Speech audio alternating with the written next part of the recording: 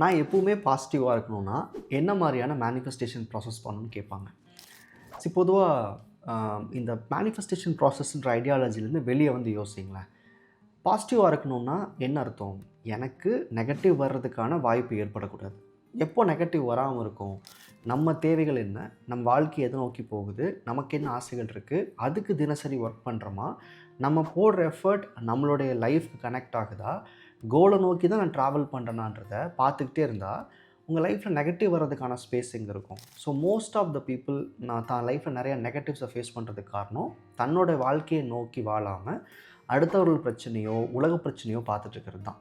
So manifestation அப்படின்றது வெறும் positive எண்ணத்தை க்ரியேட் பண்ணுறது கிடையாது, லைஃப் பர்பஸை நமக்கு நம்மளே டீச் பண்ணிக்கிறது தான். ஸோ அதையும் மீறி பாசிட்டிவாக இருக்கணும் என்ன பண்ணலான்னு கேட்டால், தினசரி நன்றி எழுதுங்க, நிறைய அஃபர்மேஷன்ஸ் கேளுங்க, மீடியா பீப்புளை அவாய்ட் பண்ணுங்கள். ஆட்டோமேட்டிக்காக நீங்கள் ஒரு பாசிட்டிவான பர்சனாக மாறிடுவீங்க. நன்றி.